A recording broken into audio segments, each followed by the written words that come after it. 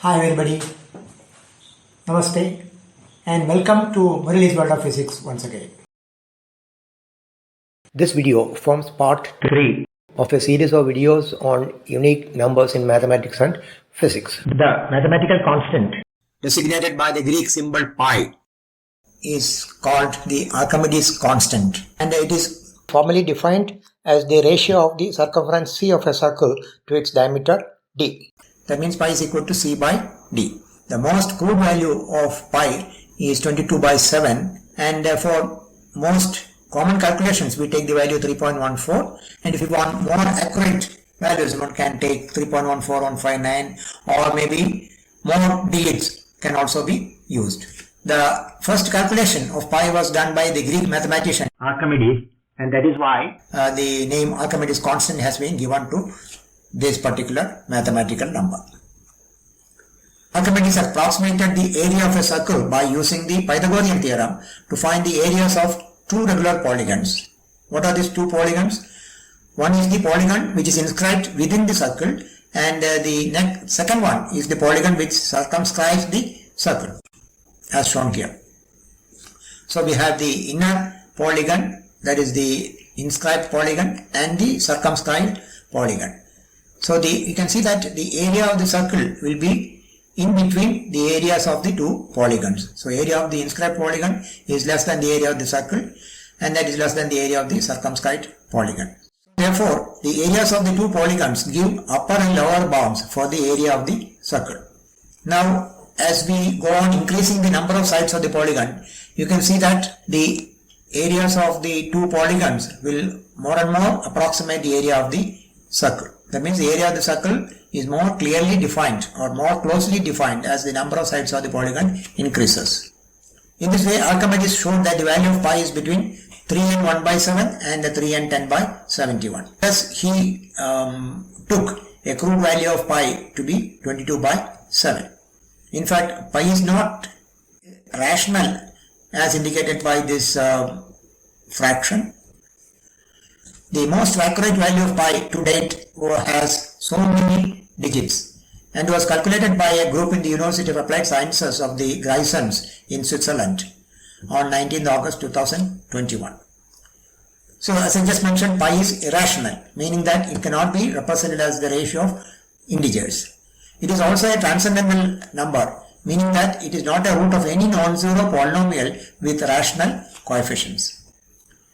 Now, there is a pertinent question one can ask about the value of pi. Is this value, as defined with respect to the ratio of the circumference to the diameter of the circle, really the same under all circumstances? Well, the answer is a big no. The statement is true only if we consider circles on a flat surface. On a curved surface like that, or the surface of a sphere like the Earth, it is true only as an approximation. In the case of circles with radii much small compared to the radius of the sphere. This is illustrated here. So he considered this Earth. Then we draw a circle like this at a particular angle theta with respect to this radius of the Earth. So the radius of the circle as measured along the plane in which the circle lies is r sin theta. But measured along the curved surface of the Earth, the radius is actually the arc length small r, which is equal to capital R into theta. Of course, theta is expressed in radians. The ratio of the circumference to the diameter as measured along the surface of the Earth, we get c by 2r, where c is equal to 2 pi r sin theta divided by 2r. So that is equal to pi sin theta by theta. So if we take small enough circles, for example near the pole, then sin theta by theta approaches 1, and therefore this ratio approaches the value pi as we have defined for a flat surface. Whereas for the equator, the ratio turns out to be 2, because at the equator this is equal to sin theta is 1, because theta is equal to 90 degrees. So therefore sin theta by theta is pi by 2, and therefore we get the ratio as 2. For intermediate values of the angle, we get intermediate values of the particular ratio. In general, the ratio of a circle circumference to the diameter does change in a curved 4D spacetime. as per the general relativity theory. It will be greater than pi if this curvature is negative, whereas it will be less than pi if the curvature is positive, as in the example of the spherical surface like that of the Earth. If you mean the region of the spacetime we are looking at very small, then the ratio will always tend to pi. Again, just as in the example of the spherical surface. Pi is most commonly used in most calculations involving circles, and of course ellipses and spheres, ellipsoids, etc. It not only relates the circumference to the diameter, but also the area of the circle or the surface area of the sphere. For example, the area of the circle divided by r square is equal to pi. The spherical surface area of the sphere divided by 4r square will be equal to pi, and similarly the ratio of the volume to 4 by 3 r cubed will also be equal to pi. Additionally, pi shows up very often unexpectedly in many mathematical situations. For example, the sum of the infinite series 1 plus 1 by 4 plus 1 by 9 plus etc. plus 1 by n square plus etc. ad infinitum is equal to pi square by 6. Other examples, the Leibniz series gives the value of pi by 4 is equal to this particular infinite series, which is equal to 1 minus 1 by 3 plus 1 by 5 minus 1 by 7 plus 1 by 9, etc. The Euler product gives pi by 4 is equal to the infinite product of these ratios 3 by 4, 5 by 4, 7 by 8, 11 by 12, 13 by 12, etc. Now what are the numerators and denominators of these fractions? Look at this, 3, 5, 7, 11. So these are nothing but the prime numbers. And the numerator Is the nearest multiple of 4 to the numerator. So 4 is nearer to 3, 4 is nearer to 5, 8 is near to 7, 12 is near to 7, 11, 12 is again near to 13, and so on. So this infinite product will give us the value of pi by 4. Similarly, this infinite series also gives values which are related to pi. Also, pi appears in definite integrals that describe the circumference, area or volume of spheres generated by circles. For example, the integral that specifies half the area of a circle of radius 1 is given by this particular expression, integral from minus 1 to 1 square root of 1 minus x square dx is equal to pi by 2. There is also a very close association between pi on one side and angles and related trigonometric functions on the other side. We know angle is a measure of the rotation from a reference line about its endpoint. Angles are obviously measured in either of two units, namely degrees and radians. A complete angle measure equals 360 degrees and corresponds to one full rotation about a point. Well, this is obvious. A measure of the angle in radians is defined as the ratio of the arc length to the radius of the circle. A unit circle's length of an arc is number-wise equal to the measurement in radians of the angle that it subtends. That is obvious from this diagram. So we have, if the arc length is equal to the radius, then the angle will be, the measure of the angle will be 1 radian. So defined in this way, the angle in a quadrant is pi by 2 radians. The full angle around a point will correspond to 2 pi, and each quadrant corresponds to pi by 2. Hence, by using series expansion of arc time, for example, tan inverse x is equal to x minus x cubed by 3 plus x raised to 5 by 5 minus x raised to 7 by 7, etc. So if we put x is equal to 1 in this, tan inverse 1, which is nothing but pi by 4. So pi by 4 will be equal to 1 minus 1 by 3 plus 1 by 5 minus 1 by 7, etc. Similarly, one can express pi through several forms of integrals. Pi by 4 is also equal to integral from 0 to 1, 1 by 1 plus x square dx. It is also equal to square root, integral from minus 1 to 1, 1 by square root of 1 minus x square dx. Then square root of pi is equal to integral from minus infinity to plus infinity e raised to minus x square dx. And pi by 2 is given by integral from minus 1 to 1, square root of 1 minus x square dx. And so on. There are many other integral forms which give the value of pi in one way or other. Now, trigonometric functions and pi. Sin pi by 2 is equal to 1, hence pi is equal to 2 arc sin 1.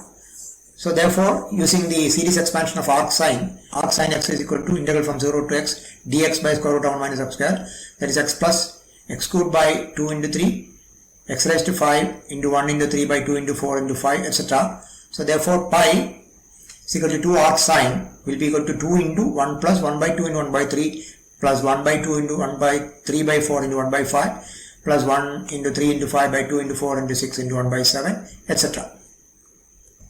Obviously, mathematics is the language of physics. Therefore, it is not surprising to see a lot of pi in mechanics, electromagnetism, thermodynamics, cosmology, and perhaps all branches of physics. Pi is present in numerous physics formulae Due to its relationship, circles, spheres, etc. and their symmetries associated with these shapes. For example, in circular kinematics, for uniform circular motion, the angular velocity omega is defined as omega is equal to 2 pi f, where f is the frequency. In the harmonic oscillator formulae, in the case of a simple harmonic oscillator such as a spring or a pendulum, the period t is defined by t is equal to 2 pi square root of m by k for a spring and t is equal to 2 pi root of L by g for a pendulum, where m is the mass suspended from the spring and k is the spring constant, and L is the length of the pendulum and g is the acceleration due to gravity. So now in these formulae pi occurs. In circular motion, the period t of an object in circular orbit around a central mass m is given by 2 pi square root of a cubed by g into m plus m, where m is the mass of the central body, m is the mass of the body which goes around it, g is the universal gravitational constant, and a is the average distance between the two objects. So therefore t depends on pi. This is nothing but the Kepler's third law and is valid for circular and elliptical orbit. In electromagnetism, in Coulomb's law, the electrostatic force between two point charges q1 and q2 is given by F is equal to k q1 q2 by r square. Here r is the distance between the charges and k is equal to 1 by 4 by epsilon 0, where epsilon 0 is the electric permittivity of the vacuum. Then the Biot-Savert law describes the magnetic field created by an electric current. In the case of an infinitely long and straight wire, the magnetic field at a distance r from the wire is given by B is equal to mu 0 I by 2 pi r, where mu 0 is the magnetic permeability of the vacuum, I is the current density, and r of course is the distance as given here. The Heisenberg formula for the uncertainty relation gives delta x into delta p greater than or equal to h cross by 2, where delta x is the position uncertainty and delta p is the momentum uncertainty of the particle. Here h cross is equal to h by 2 pi, where h is the Planck constant. So therefore pi occurs in this formula. The symmetry of physical objects and phenomena reveals the pi in many examples. There are many situations in physics in which some kind of symmetry will be associated, which greatly simplifies the mathematics. The most frequently the assumed symmetry is radial symmetry. Anytime you have radial symmetry, the number pi is bound to show up in some way. Now in periodic systems, any periodic structure or function can be composed as the sum of series of sines and cosines. This is the famous Fourier series. The equations describing these will involve pi consequent on the conversion between wave number and angular frequency to wavelength and frequency. A classic formula for pi was shown to be hidden in the hydrogen atom calculations. The Wallis formula, which was formulated in the 17th century, is a mathematical formula that expresses the value of pi as an infinite product of fractions. Pi by 2 is equal to the infinite product of 4n square by 4n square minus 1. This can be split into 2n by 2n minus 1 into 2n by 2n plus 1. So therefore we have 2 by 1 into 2 by 3, 4 by 3 into 4 by 5, 6 by 5 into 6 by 7, etc. That is the Wallis formula. Now in the discussion of the quantum energy levels of the hydrogen atom, normally pi occurs in the relevant formulae because of the system has spherical or spheroidal symmetry, and also the fact that the potential involved is the Coulomb potential, which already has pi in the expression. So when we go through the derivation, the radius of the nth orbit is given by Rn is equal to n square h square epsilon 0 by pi m e square, where m is the mass of the electron and E is the electronic charge. The discovery of the hidden pi in hydrogen atom was made by Carl Hagen in 2015 while using the variational principle to calculate the energy levels of the hydrogen atom. When he compared these values to the conventional calculations, he noticed an unusual trend in the ratios. It was quickly realized that it was actually a manifestation of the Wallis formula for pi. It was as if the Wallis formula emerged naturally out of the equations for the hydrogen atom. So that reveals the importance of the constant pi. Next, we move on to another very important mathematical constant. And before actually coming to that constant, let us consider some examples. Consider a bank deposit, which can be either at simple interest rate or at compound interest rate. If it is compound interest, then the total amount after a period of time t, when the interest rate is r and the interest is compounded n times a year. So this formula gives the total amount A is equal to P into 1 plus R by N raised to NT. Whereas at simple interest, the total amount is nothing but P into 1 plus RT. So this graphical representation shows the difference between these two.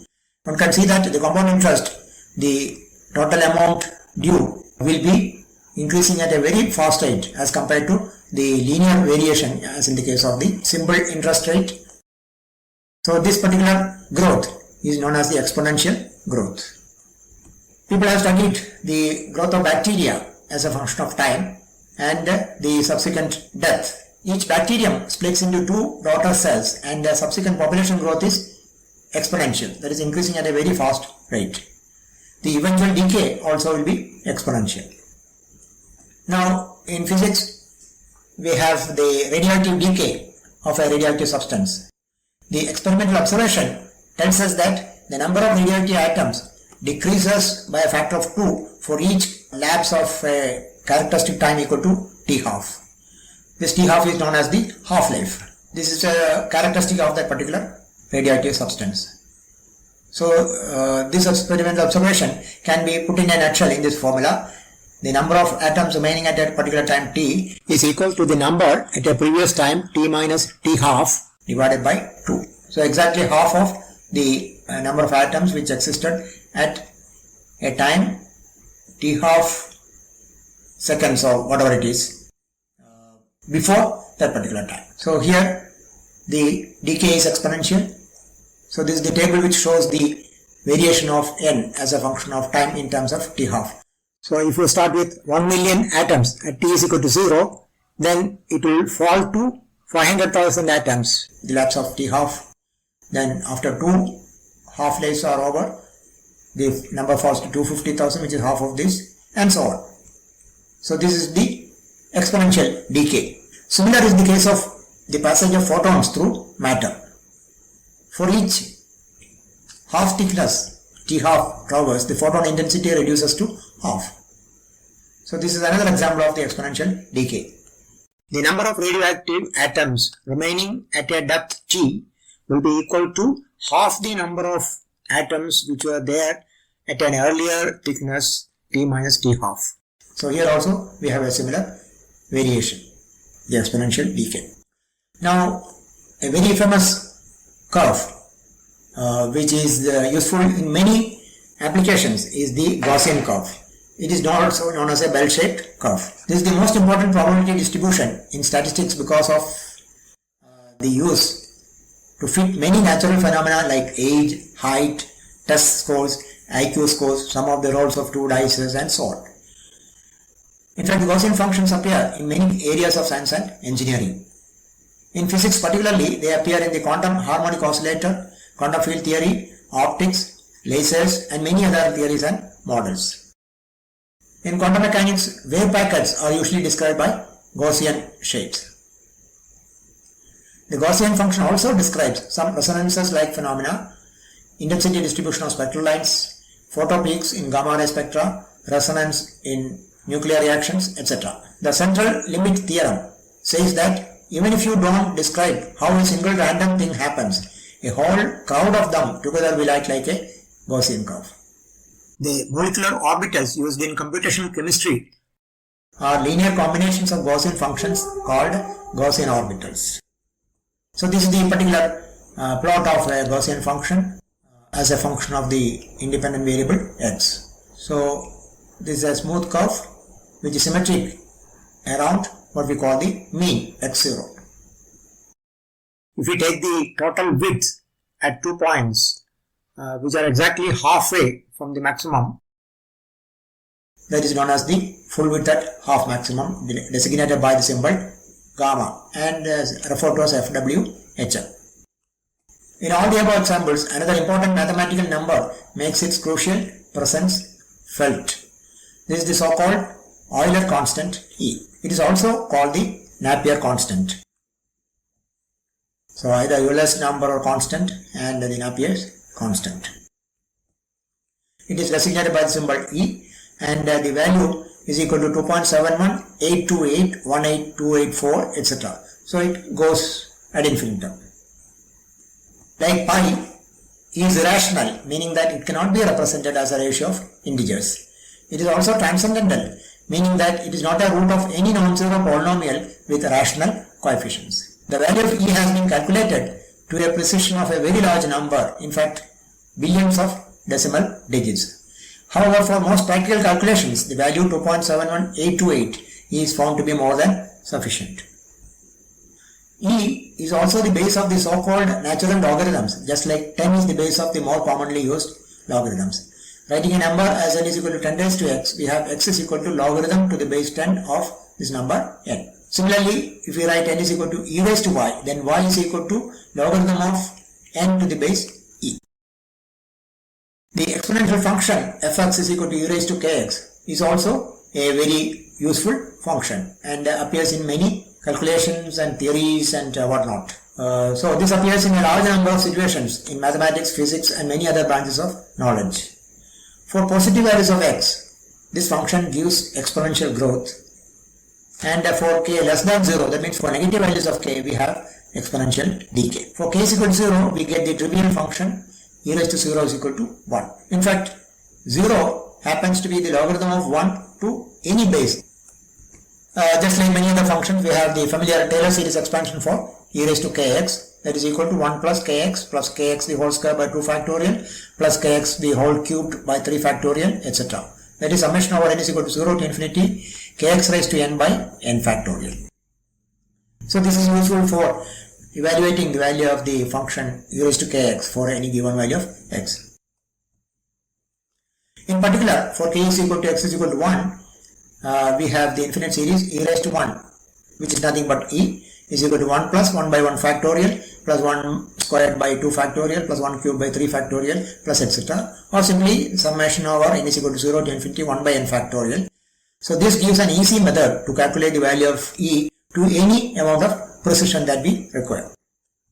One representation as a continued fraction is e is equal to 2 plus 1 by 1 plus 1 by 2 plus 2 by 3 plus 3 by 4 plus 4 by 5 plus etc. So this is a continued fraction, and one can evaluate e by using this continued fraction.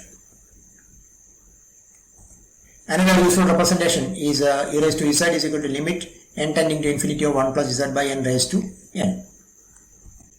These are some simple properties of the exponential function.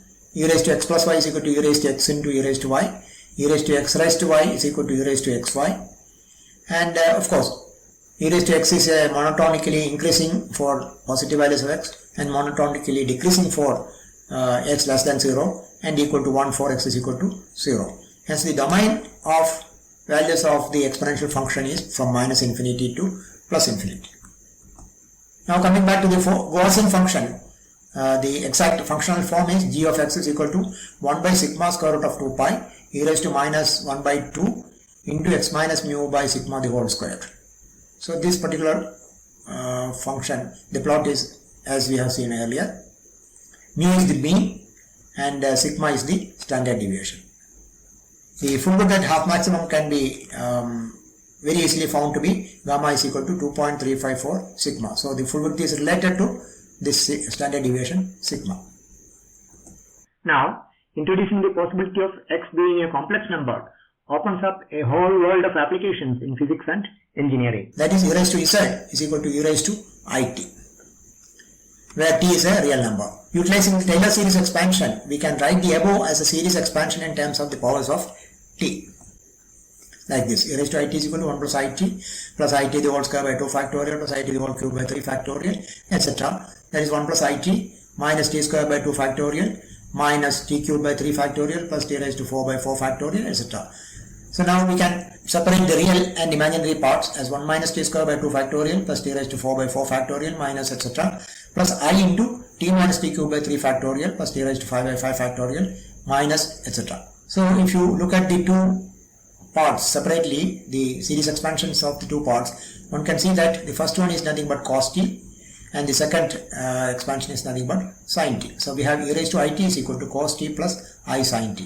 This is the famous Euler's formula for the exponential of a complex number. So the real part of e raised to it gives cos t and the imaginary part gives sin t. It is very easily seen that it is easier to work with the exponential form rather than the individual function sine and cos in certain integrals, etc. The function e raised to I phi is a unit complex number with a period 2 pi. That means it traces out the unit circle in the complex plane as phi ranges through the real numbers. Why phi varies from 0 to 2 pi, there is one cycle, then 2 pi to 4 pi there is the second cycle, and so on. Here phi is the angle that a line connecting the origin with a point on the unit circle makes with the positive real axis, measured counterclockwise and in radians. Now what are the other applications of the complex exponential function? In differential equations, the function e raised to ix is often used to simplify solutions, even if the final answer is a real function involving sine and cosine. The reason for this is that the exponential function is the eigenfunction of the operation of differentiation. That is an important result. In the field of electrical engineering, signal processing and similar fields, signals that appear periodically over time are often described as a combination of sinusoidal functions, and that these are more conveniently expressed as the sum of exponential functions with imaginary exponents using the Euler's formula which we have derived earlier. Also, phasor analysis of circuits can include Euler's formula to represent the impedance of a capacitor or an inductor. Now the familiar delta function is often expressed as an integral of the complex exponential function. Delta as a function of x minus alpha is equal to 1 by 2 pi integral from minus infinity to plus infinity e raised to ip into x minus a dp. One can substitute for delta of x minus alpha by this integral inside other integrals so that the evaluation becomes easier. Two more examples from physics for the occurrence of the exponential function. The famous Planck's formula is used to explain the spectral energy distribution of the radiations emitted by a black body at a given temperature T, and this particular relation is expressed through the exponential function. The energy E lambda radiated per unit volume by a cavity of a black body in the wavelength interval lambda to lambda plus delta lambda is given by this particular expression. E lambda is equal to 8 by hc by lambda raised to 5 into 1 by e raised to hc by kt lambda minus 1. Here h is the Planck's constant and c is the velocity of light, and both of these are two fundamental constants in physics, and this will be explained in my next video. This is the graphical plot of the Planck's law. It gives the intensity of the radiation emitted as a function of wavelength lambda at a particular given temperature T.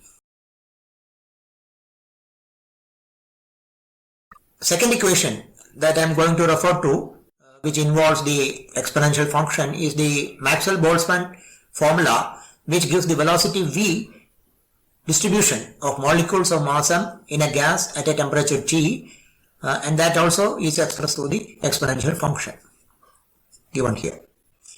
Here the distribution function is given by f of v is equal to m by 2 pi kb t raised to 3 half into 4 pi v square e raised to minus mv square by 2 keb into t.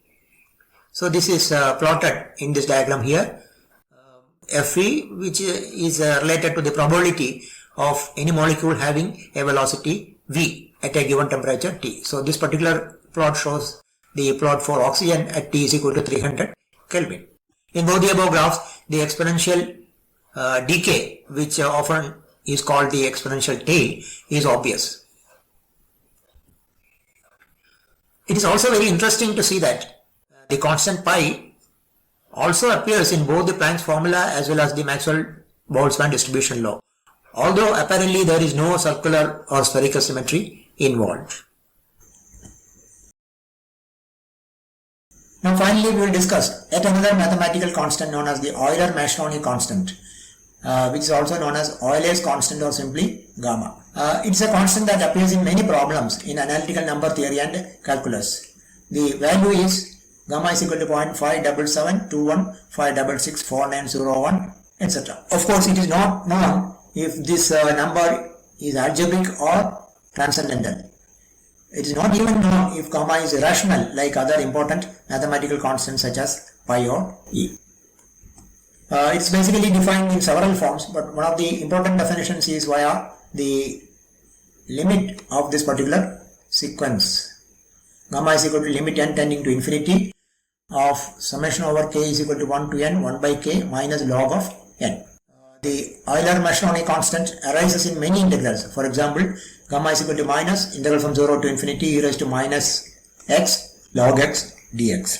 Also, if you evaluate this particular definite integral from 0 to infinity e raised to minus x square log x dx, we get a value which involves the Euler-Mascheroni constant in addition to pi.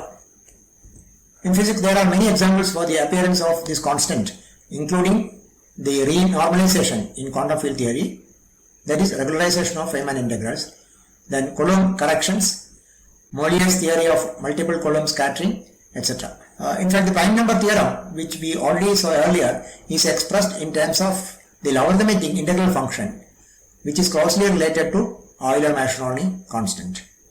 The distribution of prime numbers is also closely linked to the behavior of the logarithmic integral function, which in turn depends on the Euler's constant. I will end this video at this point. If you like this video, kindly click on the like button and share with your friends and relatives, and also with your different groups. If you have not already subscribed to my channel, Murali's World of Physics, kindly do it now. And please don't forget to click on the bell icon so that you will receive notifications in future about my upcoming videos. I'll be back soon with another video continuing our discussion on unique numbers in mathematics and physics. Till then, goodbye.